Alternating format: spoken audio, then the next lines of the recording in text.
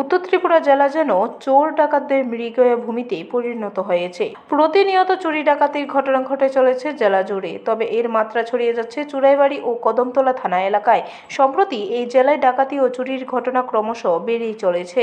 কখনো মাথায় বন্দুক ঠেকিয়ে টিএসআর এর পোশাক পরে ডাকাতি, তো কখনো দরজা জানলা ভেঙে বসত ঘরে চুরি, তো কখনো আবার দোকানপাটে চুরি। এক কথায় চোরের দলের নতুন নতুন ফোন দিয়ে চুরি কার্য সম্পন্ন করছে। এতদিন ধর্মনগর ও চুরাইবাড়ি থানা এলাকায় সিঁড়ির চুরি করলেও এবার চোরের দলের টার্গেট কদমতলা থানা এলাকা। বৃহস্পতিবার গভীর রাতে কদমতলা গ্রাম পঞ্চায়েতের ৬ নম্বর ওয়ার্ডের অলোক কান্তি নাথের বসতঘরে হানা দেয় চোরের দল। জানা গেছে, এদিন গৃহস্থ তার স্ত্রী ও সন্তানদের নিয়ে তার এক বোনের বিয়েতে গিয়েছিলেন। যথারীতি ঘর ছিল ফাঁকা, আর সেই সুযোগকে কাজে লাগিয়ে চোরের দল ঠাকুর ঘরের জানালা ভেঙে ঘরে প্রবেশ করে নগদ অর্থ ও স্বর্ণালঙ্কার নিয়ে চম্পট দেয়।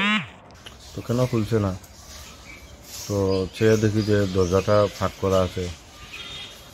তো দরজাটা কেন ফাঁক খুঁজলাম, খুঁজে দেখলাম যে ঠাকুরঘরের জানালা দিয়ে ঢুকেছে। এটা এখানে অর্ডিনারি, এখানে গ্রিল নেই।